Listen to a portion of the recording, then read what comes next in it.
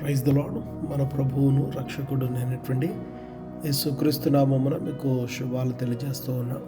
ఈరోజు దేవుని యొక్క వాక్యము దినవృత్తాంతముల 2వ గ్రంథము 20వ అధ్యాయము 20వ వచనం. యెహోవాను నమ్ముకొనుడి, అప్పుడు మీరు స్థిరపరచబడుదురు. ప్రియమైన సహోదరి సహోదరుడా, మన ప్రభువు స్థిరపరచువాడు, బలపరచువాడు. ఈ వాక్యమునందు ఉన్నటువంటి విషయం మన జీవితానికి ఎంతైనా అవసరం. ప్రతి ఒక్కరి జీవితంలోనూ అభివృద్ధిని కోరుకుంటూ మునుపటి కంటే ఈ సంవత్సరం స్థిరపడాలి, అభివృద్ధి పొందాలనుకుంటూ దాని కొరకై ప్రయాసపడేటువంటి వారు, దాని నిమిత్తమై దేవునికి మొరపెట్టేవారు ఉంటారు. మనం నమ్మిన ప్రకారం, కోరుకున్నటువంటి ప్రకారం, ప్రార్థించిన ప్రకారం దేవుడు మనల్ని స్థిరపరుస్తాడు. అన్ని విధాలా స్థిరపరుస్తాడు.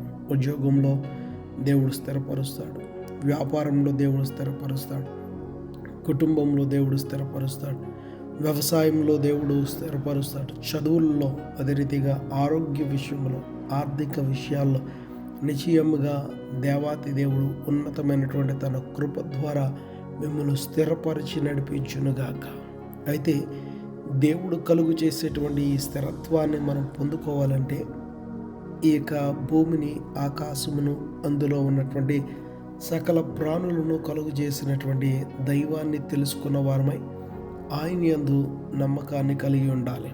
కొందరి నమ్మకాలు కాలాల మీద ఉంటాయి. గుడ్ టైం, బ్యాడ్ టైం అని భావిస్తూ ఉంటారు. వాక్యం తెలియజేస్తున్నటువంటి విషయం, కాలములు ఆయన స్వాధీనంలో ఉన్నాయి. ఒకవేళ లోక సంబంధమైన రీతిలో కొందరి యొక్క ఆలోచనలో ఉన్న రీతిగా బ్యాడ్ టైం అనుకున్న వాటిని కూడా నీ కొరకు మంచి సమయముగా నీ జీవితంలో మార్చగలడాయన. మన నమ్మకం కాలముల మీద కాకుండా కాలములను మార్చగలిగిన ఆయనపైనే ఉండాలి.